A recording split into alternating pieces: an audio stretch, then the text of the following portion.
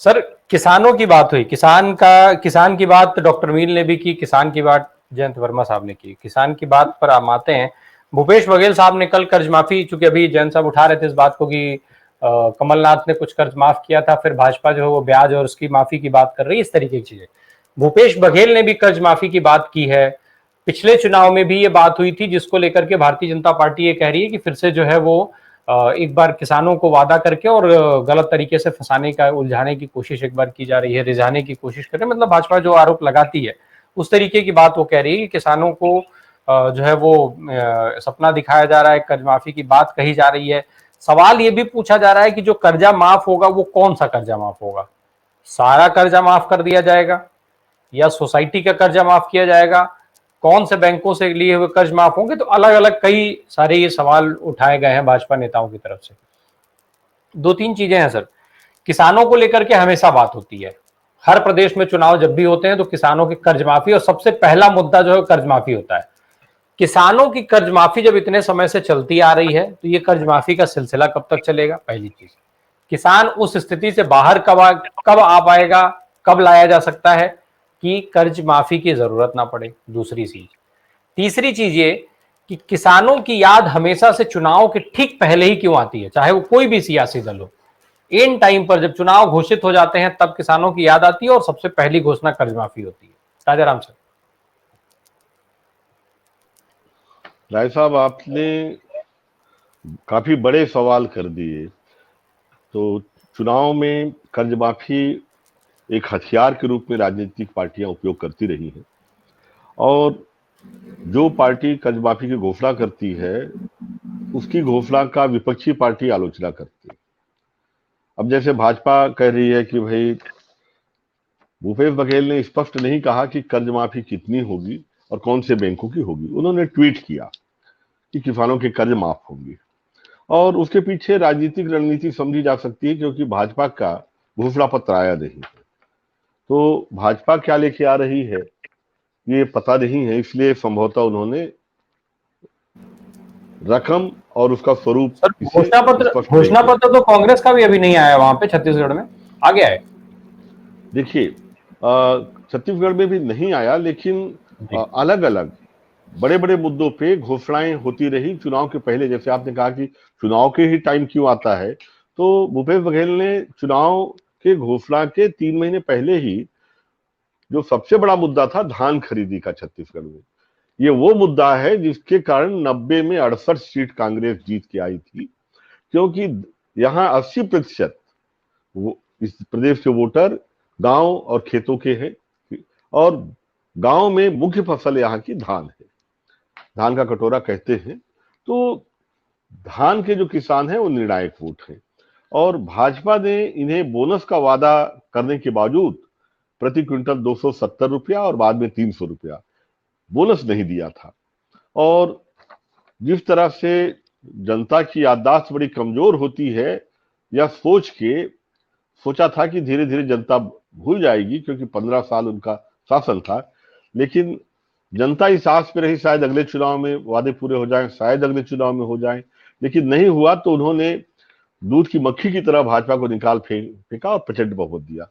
भूपेश बघेल इस बात को समझ रहे थे कि उनके सत्ता पे आने का जो प्रमुख कारण है धान का उचित मूल्य दिलाना, जो मुद्दा था, जो हम एमएसपी न्यूनतम समर्थन मूल्य की बात कहते हैं किसान का, वो बड़ा मुद्दा है। और उसी मुद्दे के दम पे धान का वाजिब मूल्य दिलाने की जो कोशिश थी भूपेश बघेल को चुनाव पे ले आई। इसलिए उन्होंने 4 महीने पहले ये घोषणा की कि हम धान जो 15 क्विंटल प्रति एकड़ खरीदते थे उसे हम 20 क्विंटल करेंगे, क्योंकि किसानों में बीच में कुछ किसान जो है बार बार ये प्रश्न उठाते थे कि जब हम ज्यादा उत्पादन अगर हो रहा है, एक तरफ सरकार कहती है ज्यादा उत्पादन करो, यदि 20 क्विंटल उत्पादन हो जाता है तो 15 क्विंटल ही लेगी, तो बाकी का हम क्या करेंगे। तो पहली चीज तो जो न्यूनतम समर्थन मूल्य है, मेरा मानना है आज भी युक्त नहीं है। आज की तारीख पे जो 25 रुपया किलो धान की बात करते हैं, 20 रुपया लीटर तो पानी बिक रहा है सर, और हम उम्मीद कर रहे हैं 20-22 रुपए में गेहूं, धान, चना सब चीज हमें मिल जाए। तो इसका कारण ये है कि जो सीएसीपी या मूल्य लागत का जो आयोग है, जो दिल्ली में बैठ के मूल्य तय करता है, उनमें किसान नहीं है। किसान स्टेक होल्डर है ही नहीं उस बॉडी के। तो क्या है कि धान का मूल्य है, गेहूं का, ये केवल 25 रुपया भी केवल मजदूरी, किसान को मजदूरी मिल रही है, वो भी कुशल मजदूरी नहीं। अगर किसान को जो 25 साल से खेती कर रहा है उसे कुशल मजदूर मान लीजिए, कम से कम आप बढ़ई राजगीर के बराबर तो कम से कम उसे दर्जा दीजिए। उसके बाद उसके परिवार को अगर आप देते हैं तो यह धान का मूल्य और ऊपर जाएगा। तो यह जो अंतर है, यह जो मैं कह रहा हूं, अन्य देशों में खेती में उत्पादन लागत एक्चुअल और विक्रय मूल्य के अंतर को अन्य देश स्वयं उठाते हैं, उनका वित्त विभाग उठाता है, देश उठाता है। हमारे देश में वो नहीं किया जाता, छोड़ दिया जाता है। इसी कारण कर्ज माफी की आवश्यकता पड़ती है। इसे ऐसे समझाऊंगा कि न्यूनतम समर्थन मूल्य घोषित तो होता है, लेकिन उस पे किसानों के उत्पाद खरीदे नहीं जाते। यह मैं नहीं कह रहा हूं, केंद्र शासन की द्वारा एफसीआई के पुनर्गठन हेतु जो कमेटी आई थी, शांता कुमार कमेटी, उसमें स्पष्ट रूप से लिखा गया है कि किसानों का केवल 6% उत्पादन, वो भी चुनिंदा उत्पादन सरकार खरीदती है, और बाकी 94% जो किसानों का उत्पादन है वह लागत मूल्य से भी कम पर बिकता है, जिसके कारण पिछले 10 वर्षों का उन्होंने आंकड़ा दिया था, 10 वर्षों में 45 लाख करोड़ का किसानों को नुकसान हुआ है। 45 लाख करोड़ का मतलब 10 साल में हुआ 4.5 लाख करोड़ हर साल किसानों का घाटा हो रहा है, उनका उत्पादन का सही मूल्य नहीं मिल पाने के कारण। खून पसीने की कमाई का सही मूल्य ही नहीं दे रहा है बाजार। तो यह तो सरकारी आकलन है। हमारा आकलन जो है, जो हमने central herbal agro marketing federation के जरिए कराया, वह कहता है कि लगभग 7 लाख करोड़ का हर साल किसान का नुकसान हो रहा है। अब रहा सवाल कर्जा माफी का, तो आप पूरा आज तक जितना कर्ज माफ किया है आप टोटल कर लो किसानों का। कांग्रेस गवर्नमेंट के समय हुआ था वो 40,000 करोड़ का हुआ था। उसके बाद उत्तर प्रदेश का, छत्तीसगढ़ का, सब कर लीजिए तो 2 लाख करोड़ होता है सर। 45 लाख करोड़ हमारा नुकसान हुआ है, 2 लाख करोड़ आप कर्जा माफ दिए हैं आप 10 सालों में हमें। और रहा सवाल सब्सिडी का कि भैया किसान जब देखो तब अनुदान करता है, क्या अनुदान देते हैं सर आप? मैं आम जनता से पूछता हूं, जिसको हमारे विरुद्ध खड़ा कर दिया जाता है कि किसान जब देखो तो भिखमंगे की तरफ सब्सिडी मांगते रहता है। सर, खाद, बीज, दवाई, ड्रिप, सारी सब्सिडी मिला के 2 लाख करोड़, बजट उठा के देख लीजिए, मेरे भी सामने रहे। आप लोग प्रबुद्ध पत्रकार हैं, सीनियर पत्रकार हैं सर। 2 लाख करोड़ से ऊपर की सब्सिडी साल भर में नहीं देती, सकल सब्सिडी, और 7.5 लाख करोड़ के आसपास का लॉस है किसान का। यानी हर साल लगभग 5 लाख करोड़ का नुकसान किसान का हो रहा है हर साल। और यही जो है डिफरेंस है जो हमारे देश में आप देख रहे हैं। एक तरफ अडानी अंबानी जैसे अमीर और अमीर होते जा रहे हैं, दूसरी तरफ किसान जो है गरीब हो रहा है। हंगर इंडेक्स में हम कहां खड़े हैं हम देख सकते हैं। यही अंतर है, यही कारण है कि 80 करोड़ लोगों को मोदी जी खाद्यान्न या भिक्षान्न जो भी दे रहे हैं। अब मैं छत्तीसगढ़ पे आता हूं सर। जी जी, आप बोले नहीं, आप बोलते फिर मैं पूछता हूं। जी, तो छत्तीसगढ़ में मैंने देखा कि भूपेश बघेल ने केवल एक घोषणा की कि कर्ज माफी हम करेंगे किसान की, और मैं देख रहा हूं सोशल मीडिया पे मीम्स और चुटकुले की बाढ़ आ गई कि किसानों के कर्ज माफी के बोझ से आम आदमी दबा है, टैक्स पेयर दबा हुआ है। मैं बार बार कहता हूं, टैक्स पेयर अगर एक रोटी खा रहा है तो उसकी आधी रोटी का कीमत ही उसने किसान को अदा किया है। इस देश को याद रखना होगा सर, वरना आप PL 480 के अमेरिका का वो जानवरों को खिलाया जाने वाला गेहूं याद कर लीजिए आप, जो आता था, देश के किसानों ने भरा है। कोरोना के समय देश के किसानों ने पेट भरा और अर्थव्यवस्था को भी संभाला। तो मैं बार बार कह रहा हूं, कर्ज माफी कतई आसान नहीं है, हमारा सही हिसाब हो। हम तो बार बार कहते हैं आप न्यूनतम समर्थन मूल्य हमें दीजिए, वाजिब बैठ जाइए, जो एक्चुअल मजदूरी है जोड़ लीजिए, लागत है जोड़ लीजिए, और हमारी लागत और 50% जो आपने वादा किया था दे दीजिए। तो उस पर क्यों सरकार नहीं बैठ रही है, जरा सोचिए। केंद्र सरकार को करना है, ये केंद्र सरकार के पाले में गेंद है, लेकिन वो क्यों नहीं कर रही है? देना ही नहीं चाहते। ये व्यापारियों की सरकार है, एक कारपोरेट की सरकार है। भूपेश बघेल ने कोशिश की प्रदेश के धान के किसानों को वाजिब मूल्य दिलाने की, सत्ता पे हैं, और यही कारण है कि तमाम, आज भी मैं कह रहा हूं, तमाम चाहे टिकट की घोषणा हुई, उन्होंने कई सिटिंग एमएलए की टिकट काटी, 50-50 हजार वोट पाके जो एमएलए जीता हुआ है उस एमएलए की टिकट काट दी। 4-5 ऐसे है छत्तीसगढ़ में, केवल इसलिए कि सर्वे किया और पाया कि भाई उस एमएलए की जीत तो गया, लेकिन जीतने के बाद उन्होंने क्षेत्र में काम नहीं किया, कार्यकर्ताओं के साथ नहीं मिले, आकांक्षाओं को पूरा नहीं किया, उसकी टिकट काट दी गई। सर उससे बघेल कुछ विरोध भी। सर भूपेश बघेल की पिछली सरकार ने कर्जा माफी का वादा किया था सरकार में आने से पहले, कर्जा माफी हुई थी नहीं हुई थी, जिसको देखिए लेकर के भाजपा आक्रामक है? उन्होंने देखिए राज्य सरकार के हाथ में जो सिस्टम था, उनके पास थी कोऑपरेटिव बैंक। अधिसंख्य किसान यहाँ पे कोऑपरेटिव बैंक से जुड़े हुए हैं और कोऑपरेटिव बैंक का कर्जा माफ उन्होंने कहा था, उसी की घोषणा हुई थी। और बाकी जो नेशनलाइज्ड बैंक हैं वैसे भी प्रायोरिटी सेक्टर में एग्रीकल्चर में लेंडिंग उनकी बहुत कम है और संभवतः उन्होंने इसी कारण से कोऑपरेटिव बैंक की कर्जा माफी की बात की थी, एक लिमिट भी उन्होंने रखी थी। और चूंकि उसके पीछे कारण ये है कि कोऑपरेटिव बैंक पे ब्याज दर काफी कम रखा गया है, लगभग छोटे ऋण पर 3% ब्याज, बीच का डिफरेंस गवर्नमेंट देती है, स्टेट गवर्नमेंट। तो किसान भी जहां ब्याज दर कम होता है वहीं ऋण लेते हैं। यही कारण है कि कोऑपरेटिव ही यहाँ का मुख्य मनी लेंडर है किसानों के बीच में। उसके कर्जे माफ हुए थे, उनमें कई त्रुटियां रह गई थी, ये बात सही है। बैंक के आकलन के स्तर पर, चयन के स्तर पर, वितरण के स्तर पर, मैनेजमेंट के स्तर पर कमियां थी, इससे कोई इनकार नहीं किया जा सकता। लेकिन वादा करके वादे को फुलफिल करने के लिए जब प्रयास ईमानदारी से होता है तो बड़ी चीज होती है। भाई वादा तो 100 स्मार्ट सिटी का भी हुआ है, एक दिखती है क्या कोई एक भी? वादा तो किसानों को आज दुगना करने का भी हुआ था, दिखता है क्या? 2 करोड़ रोजगार की भी बात हुई है, कहीं दिखता है क्या? बुलेट ट्रेन कहीं चलती दिखती है?